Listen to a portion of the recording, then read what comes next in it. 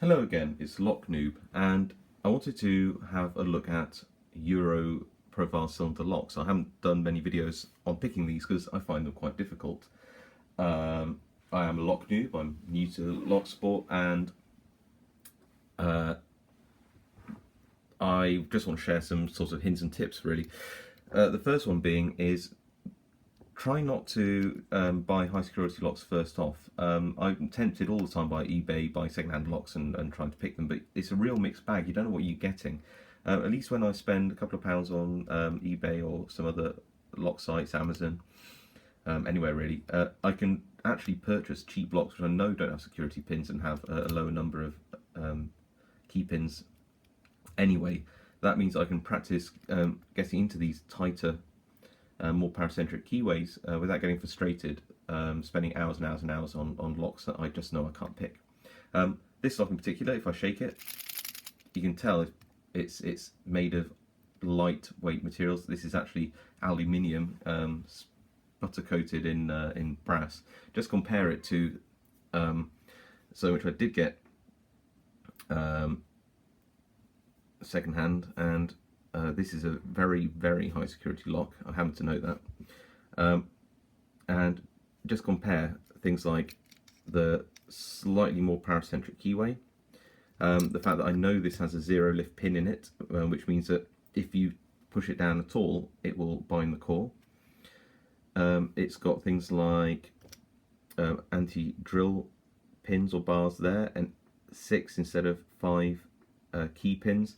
And it's even, I believe, if I find there you can see it's got anti-snap features on there as well. So I can't pick this lock. I probably won't be able to pick this lock for months, if not years.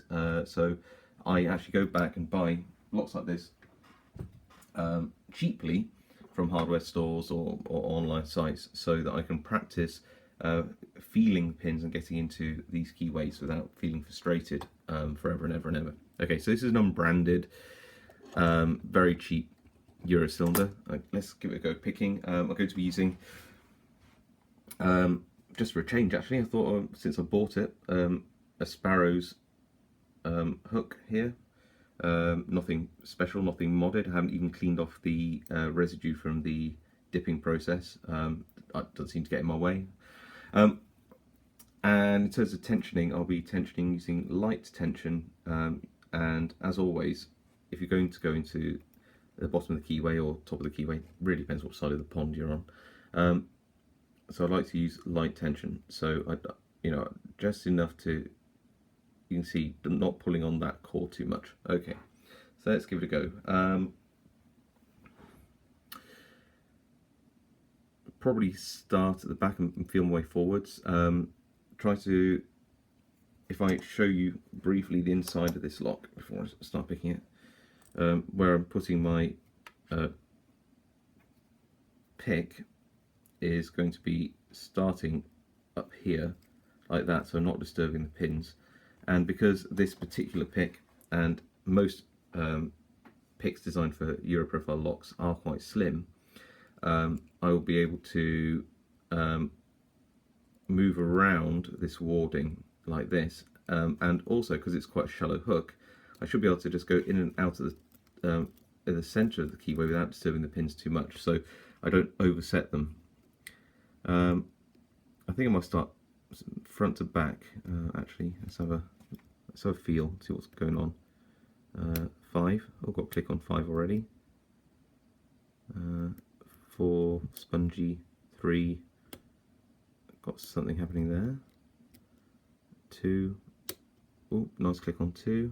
That means, oh, 1's really bound. Oh, got it. So let's go back through. 2. I think 2 pull back up. 3.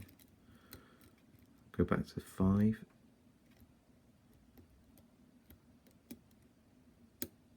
4.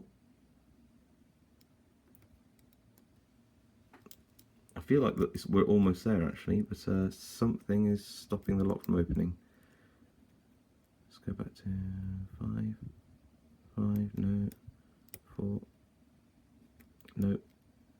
3 set. 2 maybe. 1, Somebody stopping me getting into the lock. Who are you? Okay. I think it's pin 2.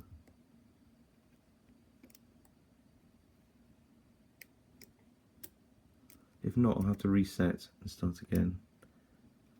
I keep getting a click on pin 4 there.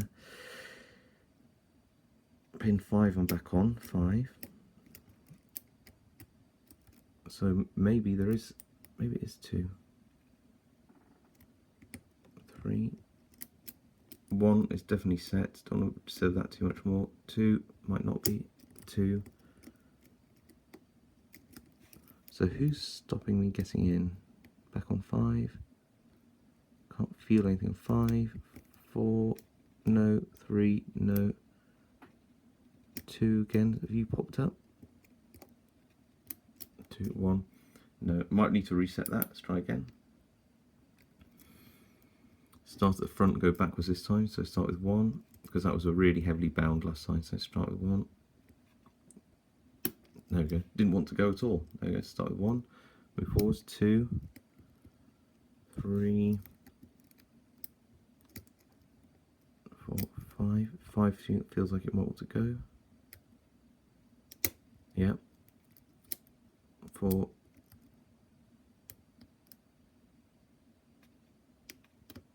Oh.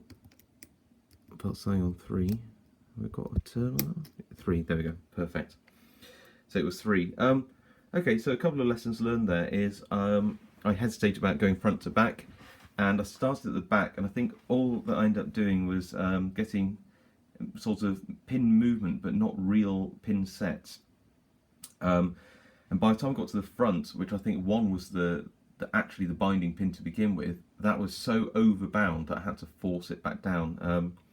And for whatever reason, I may have in the process overset some of the pins on the way. So when I started at the front and worked backwards, I set that first binding pin, the really strongly binding pin first, and it worked fine. I guess with these kind of locks, or any lock, making a decision about which is your binding pin first is always the best one. Sometimes going front to back and back to front doesn't make any sense, and what I should have done maybe is actually just felt those pins in turn and gone, oh right, obviously pin 1 is the binding pin, so maybe I should start at the front.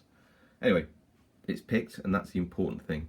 So I hope you enjoyed that video. I hope that you, if you are new like me, that you don't go out and start trying to pick triple star, British standard rated anti-pick locks with tons of security pins and a wiggly warded paracentric keyway to begin with. It's just going to frustrate you. Try and get some of these cheap ones. It doesn't matter if they're unbranded. The important thing is you're practicing, you're feeling the pins, you're feeling the binding. Have fun. That's what it's all about, really, isn't it? All right, I'll see you next time.